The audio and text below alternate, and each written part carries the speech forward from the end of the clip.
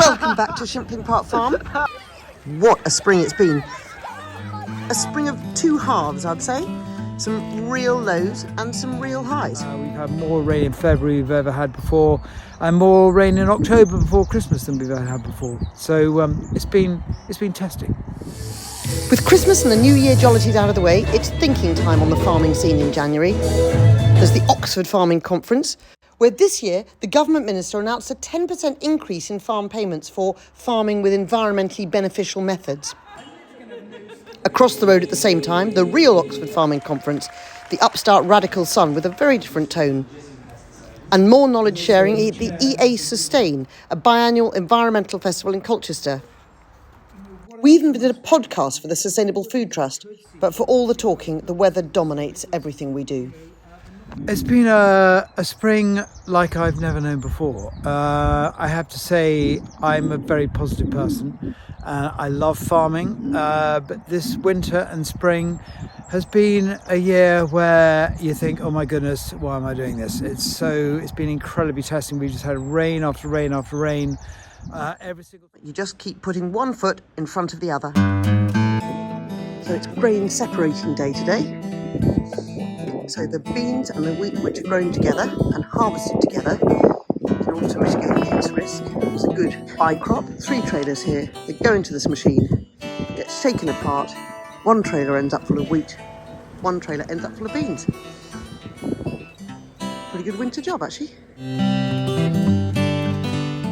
And a not so perfect winter job. Over the last few really, really dry summers, taking daily water to the sheep has become an almost unmanageable time and cost commitment.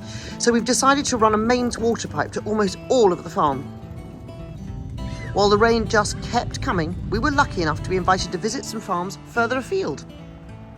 Hello, I'm Julian Marks. I'm Chief Executive of Barfoot's. We're veg growers around the world. This is Senegal. We're on Diama Farm. We grow a range of vegetables here, including sweet corn on the cob, chilies, green beans and butternut squash, all for exports. And then we grow onions, peanuts and other crops for the local markets. So if I buy some chilies or some sweet corn, is it likely to have come from here?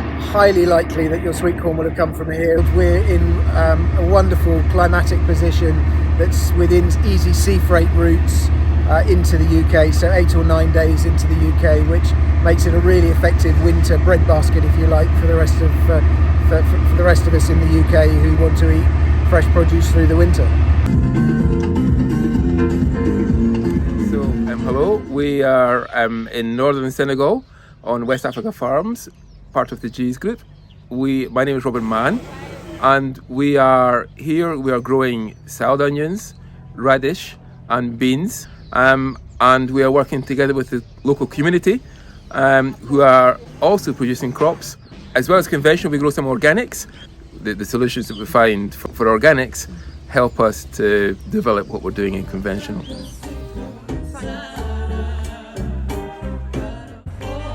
Farming is both agronomically and socially challenging here.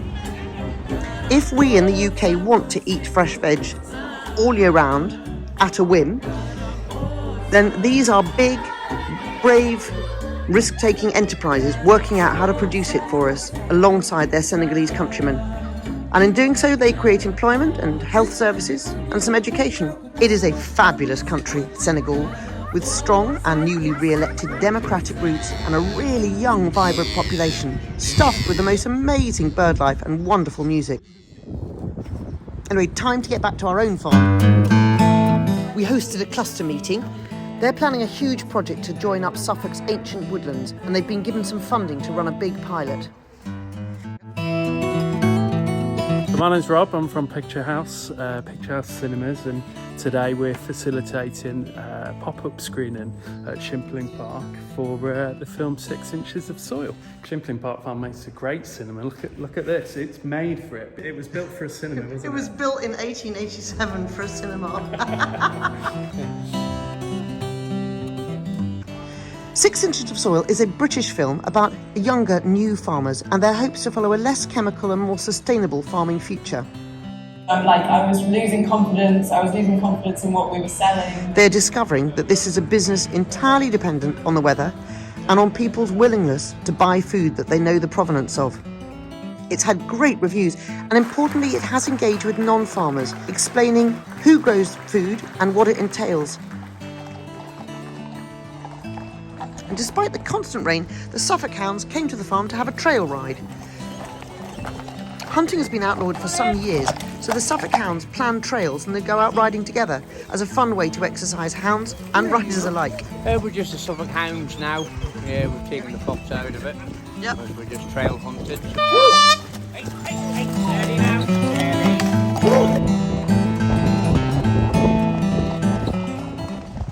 Well, we've just had a massive amount of rain. It just keeps coming. And today is scanning day. So Glenn's come to see what the ewes are carrying. Singles, twins, triplets. Couldn't have picked a wetter day, but actually they're very calm. This is the moment when you just know what your next year's harvest is going to be. So everyone's got their fingers absolutely crossed. Purple single, red empty, blues triplet. The gate broke on the scanning machine. So Joe and Sam have turned into engineers and I've had to go and fix that. Yeah, that'd be all right. Yeah. The door jammed? Yeah, How many ewes have you done? about 850. Going well? Do I dare ask? What scanning is on? Yeah. Not as good as what you'd hope. Oh, okay. Okay. Not as good as what everybody thought it was going to be. Oh, do you think it's A lot of empties. You've got 80 on empties already. Yeah. So there's not sugars in the grass. Yeah. It's too much water. It was very, very wet over tapping. That's probably knocked knocked them a bit. And then a bit of this phytoestrogen Yeah. hanging on in the red clover. Because we had all the fields that are coming out this year were oversown. We didn't have a choice after the drought, No, did no, we? true. It was kind of put that in or hopefully don't that have won't any be food the at all. same next year. This is pretty depressing for everyone. Less pregnant ewes, less lambs due. But those that are coming seem healthy and bonny. Any farmers out there will know that when there is nothing to be done, it's best to get on and laugh where you can. What are you wearing? Is this the new farm uniform? You can blame Charles. We try and do all the refresher training courses in the winter. Forklift training, welding, quad bikes, chainsaws, and of course the comedic first aid day. We are ready for anything.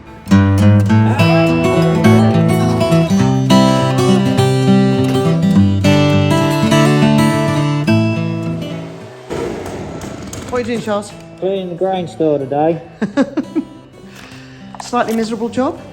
It's not too bad. It's better when it's like this weather than it is in the summer and it's Yeah. 30 odd degrees outside. So any difference in cleaning a grain store on an organic farm than a normal farm?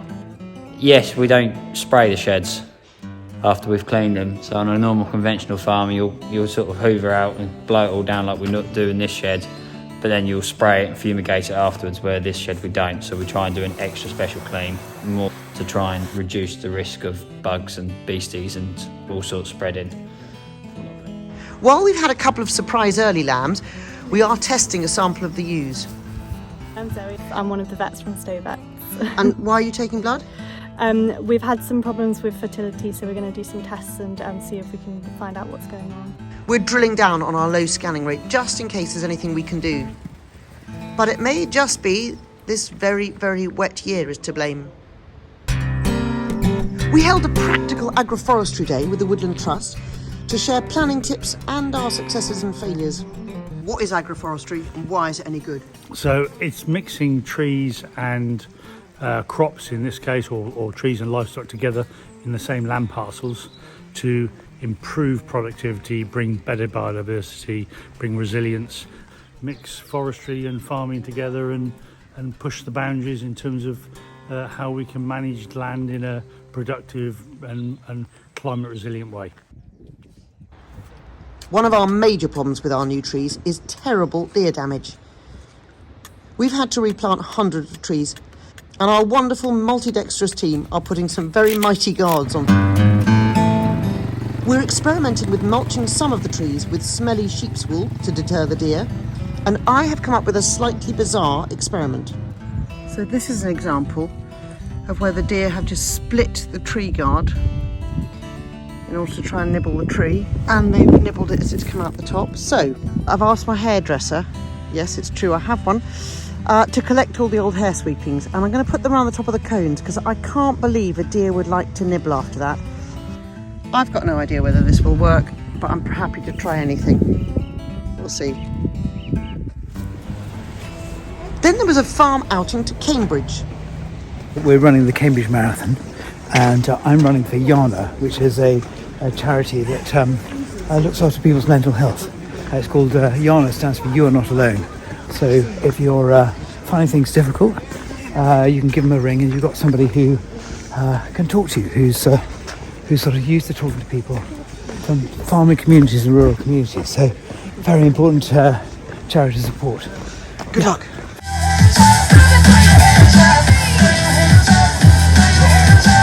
Okay. Are we getting it? How was it? How was it, Bruce?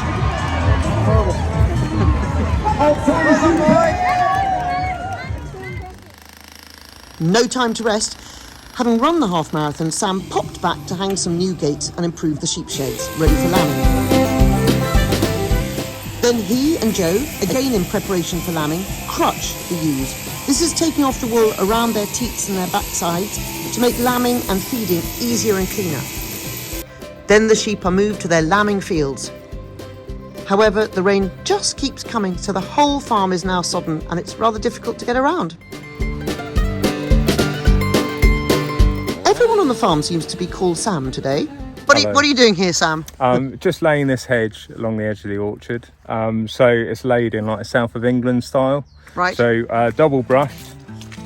You get single brush hedges where you've just got the brush coming out one way, but a double brush hedge comes out both sides, as the name suggests. The idea is just to really keep it stock proof at the base. Lay the stems over so whichever sheep are on here can't get out. So you're turning it into a proper fence? I mean, it's exactly what hedges are for, really. You basically cut all the way through, but you leave enough on there that the water and nutrients can still flow. So that will stay alive. You'll get more sprouting from the base.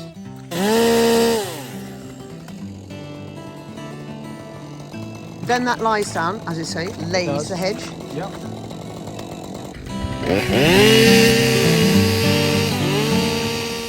Sadly, the tremendous winds after all this rain has felled a beloved enormous beech tree, causing devastation in one of our ancient woods. But happily, we're just starting a new government environmental land management scheme. A lot of our organic farming methods are recognised under the new policy of using public money for public goods, which is good. So we had our inaugural team planning meeting so that everybody knows exactly what we're committing to. And as in every farm video, there's a new piece of kit. This time, a new trailer. Smaller than the one it's replacing, so that we can fill it to the top without risk of being over the road weight limit. And school visits are back. Trying always to make clear the very basics. How do seeds become bread? Amazingly simple, and it feels like a very creative act making bread. 418, good. As this year is defined by rain, we decided to embrace the experience of mud and focus on soil and water.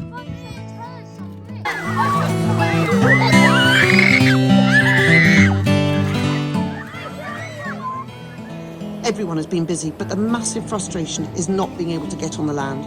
It's just been too wet. And if the seeds are not in the ground, they are not growing. But finally, there is a let-up in the showers. We had to start by drilling our winter beans, which can be drilled up until the end of March. Only problem there is a huge amount of greenery had grown through the cultivated land because it's been sitting there since before Christmas. Is that seed you were meant to get in the autumn? Yeah, the seed was supposed to get in the autumn, but we only got our wheat. We got all our cereals in, but none of our wheat being by-crop. But anyway, we've got all this done, which is great. We've drilled our barley, spring barley, and now we're onto our spring oats.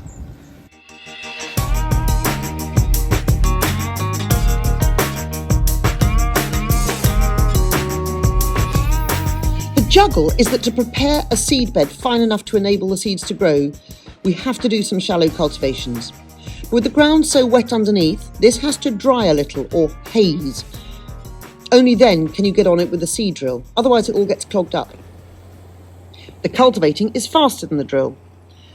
Some fields need more than one going over or pass, so it's pretty hard to plan how much time to allow for jobs. And this year, if it's not actually raining, there's just a little bit of rain on the horizon, and if dry soil gets the rain on it, it can set the whole process back a long time. So how far ahead should we cultivate? How late should we drill into the night? How accurate is the weather forecast? Constant nail biting. Every field needs a different plan. Every field has different historical characteristics, wet patches, different soil profiles, and hands up to our patient, creative and detail-focused team. We do get these odd years, and this is an odd year. Any thoughts about how this might affect harvest? Every day you drill your crops in April, apparently you use 40 kilos of yield per hectare. And so it does have an impact on yield. But at the moment they're going to really good seed beds, and so fingers crossed. We held a poetry workshop on the farm. Some people had never done any writing at all who came, but they wanted to try something completely different for a day. And Sam's back before the end of March to finish the hedge laying. He has to put the stakes in and bind the tops. I like to kind of follow a bit of a curve at the start of it, and that all kind of springs up anyway and bushes up. But then for the rest of it, you knock it down. I go to 3.5 foot, so 42 inches.